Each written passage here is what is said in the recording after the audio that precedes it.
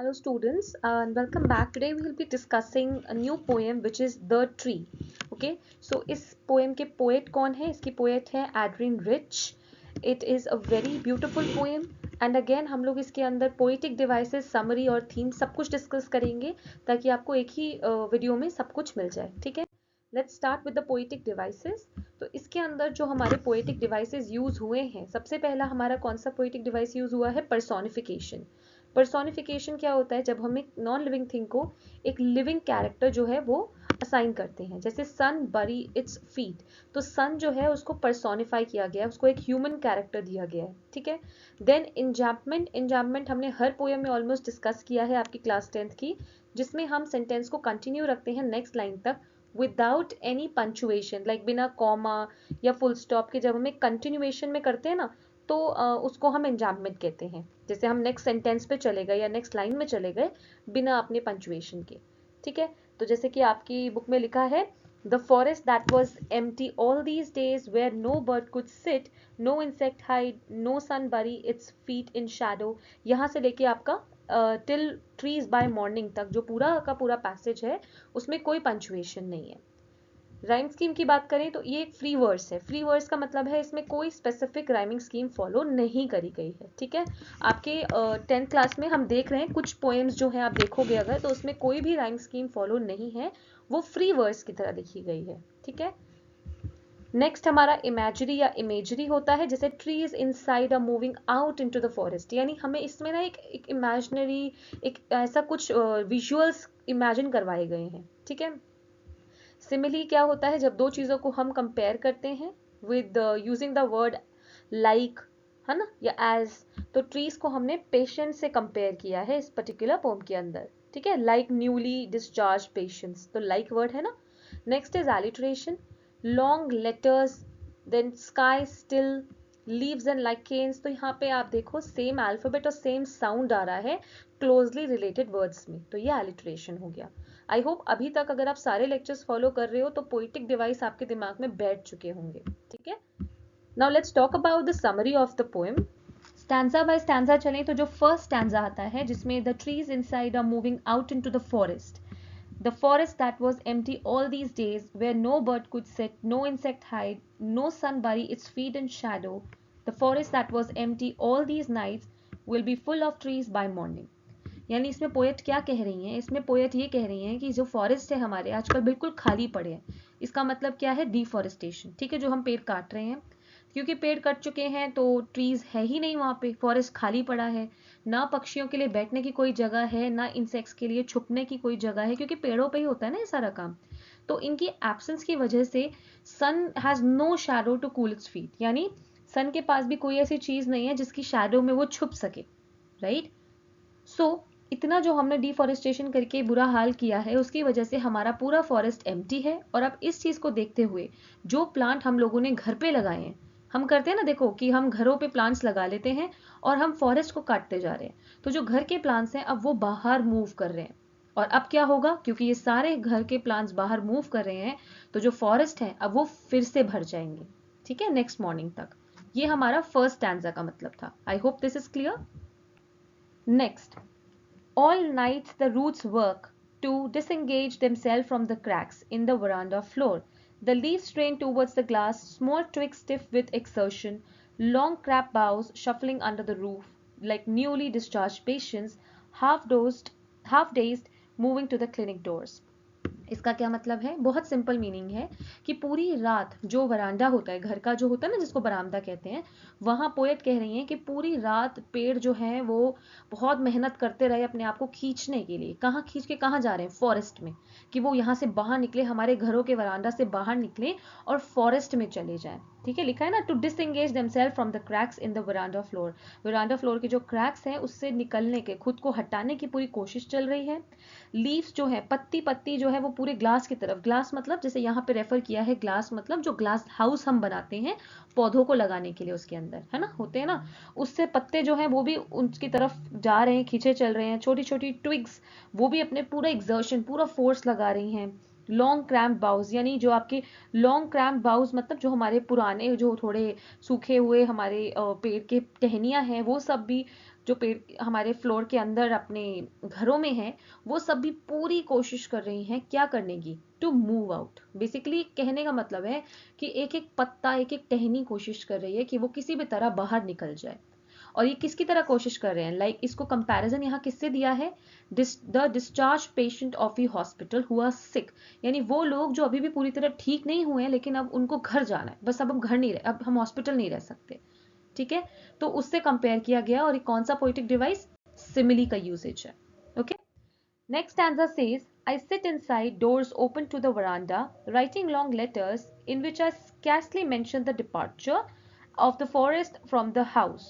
The night is fresh, the whole moon shines in a sky still open, the smells of leaves and lichen still reaches like a voice into the rooms. ठीक है, okay, सो इस stanza में poet क्या कह रही हैं, poet अपने घर के अंदर बैठी हुई हैं एंड वो लेटर्स लिख रही हैं। Now letters are not about the trees, इस ट्रीज के बारे में वो कुछ नहीं लिख रही हैं, बल्कि वो मतलब जो है वो क्या कर रही हैं, वो बेसिकली कुछ अपना काम कर रही हैं, कुछ लेटर्स लिख रही हैं जिसके अंदर उन्होंने ट्रीज का कोई मेंशन नहीं करा, बल्कि उसी दौरान वो बाहर देख रही हैं। एंड शी मेंशंस कि स्काई कितना क्लियर है और जो मून है वो कितना ब्राइटली शाइन कर रहा है। ठीक है, वो मतलब पूरा एक्सप्लेन कर रही हैं कि किस तरह का एटमॉस्फेयर है, स्काई बहुत साफ है, क्लियर है और मून बहुत ही अच्छे से शाइन होता दिख रहा है। और पोएट ये बता रही हैं कि जैसे पत्तियों की आवाज है ना, उसी तरीके से एक फ्रेश स्मेल जो होती है, लीव्स की स्मेल और जो ट्रीज में हो ना फंगस वगैरह होता है, इन सब की जो स्मेल है, ये कितने प्रेवलेंट, कितने अच्छे से उनको पूरी जो है स्मेल आ रही है उनके रूम तक। ठीक है, so this was all mentioned as this in this stanza, where she talks about writing letter and then talking about किस तरह से एटमॉस्फेयर है और कैसे जो लीव्स की स्मेल है वो उनके रूम में आ रही है। ठीक है, लास्ट स्टैंजा कहता है, my head is full of whispers which tomorrow will be silent.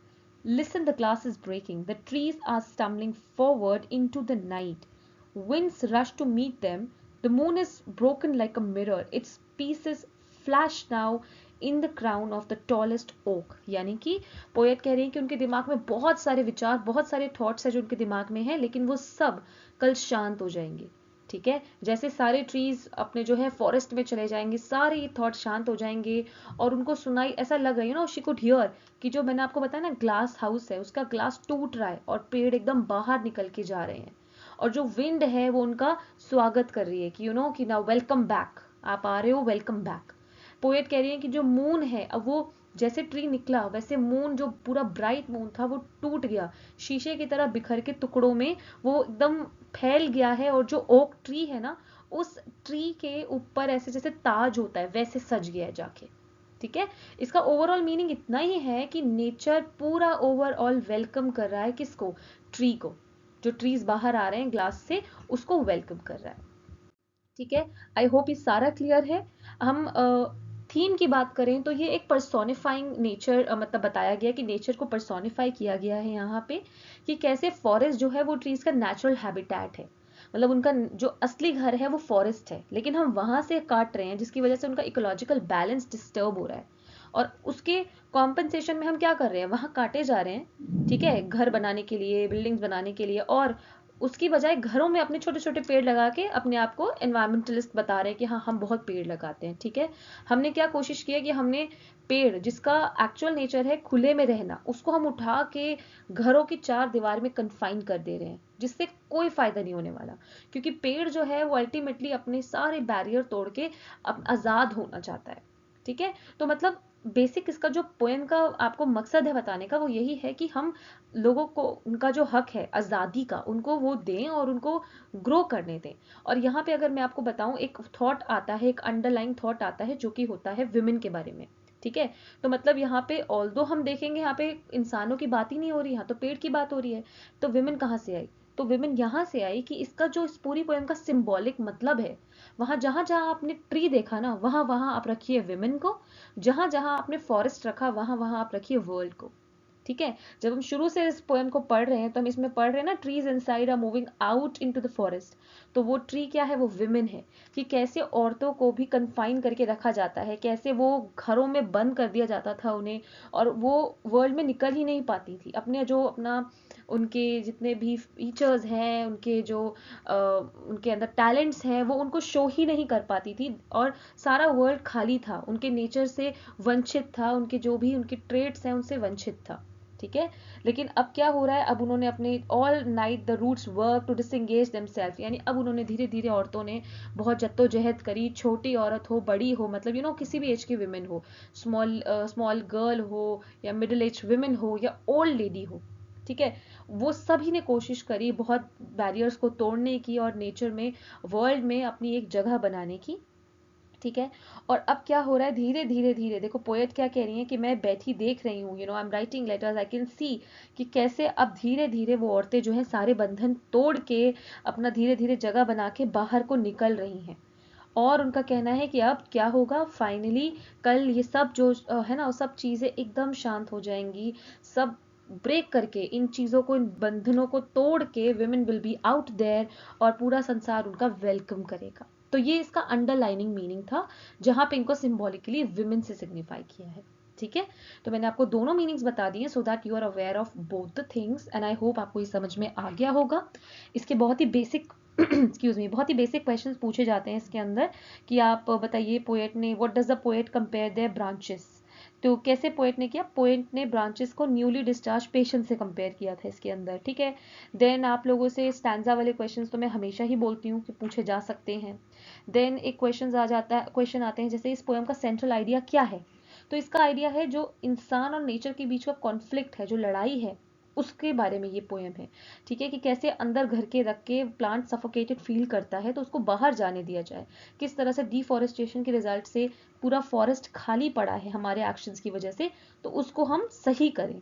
ठीक है, उसके बाद why does the poet describe, like how does the poet describe the night, poet ने नाइट को कैसे एक्सप्लेन किया है, फ्रेश एयर है, ओपन स्काई है, मून शाइन कर रहा है, पोएट को पत्तियों की स्मेल आ रही है अच्छे से, लाइक उसके दिमाग में बहुत सारे थॉट्स हैं जो कि अगले दिन शांत होने वाले हैं।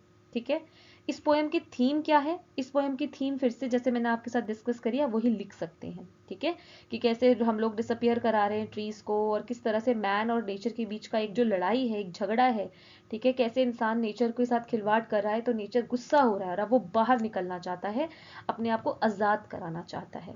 ठीक है, देन क्या ये पोएम, कैसे ये पोएम डिफॉरेस्टेशन के अगेंस्ट एक बहुत स्ट्रॉन्ग एजेंडा या मोटिव मोटिव रखती है।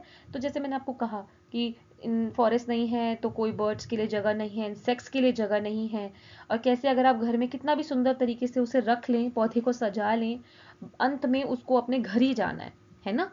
ठीक है, देखो आप कितने भी बड़े ट्रिप पे चले जाओ, अंत में हमें बैक घर ही जाना होता है, एक पॉइंट के बाद हमें घर जाने की जल्दी होती है ना, तो हर इंसान को अपना घर, हर चीज को अपना घर चाहिए। The poem ends on a note of victory, जो पोएम है वो एक विक्ट्री की नोट पे खत्म हुई है, इसको आप लिटरल और सिंबॉलिकली बताइए। तो पोएट ने एक्सप्लोर किया है इस थीम को, जो कि मैन वर्सेस नेचर है, जिसमें उन्होंने बताया है कि किस तरह पेड़ हो या इंसान हो, वो अपने नेचुरल सराउंडिंग में ही रहना चाहते हैं, और अंत में जो पेड़ है जिसको हम यहाँ पे मान के चल रहे हैं, उन्होंने अपने आप को आजाद कर लिया है। तो इस तरीके से हम देख सकते हैं कि अंत में जो ये पोएम है इसमें विक्ट्री ही हुई है।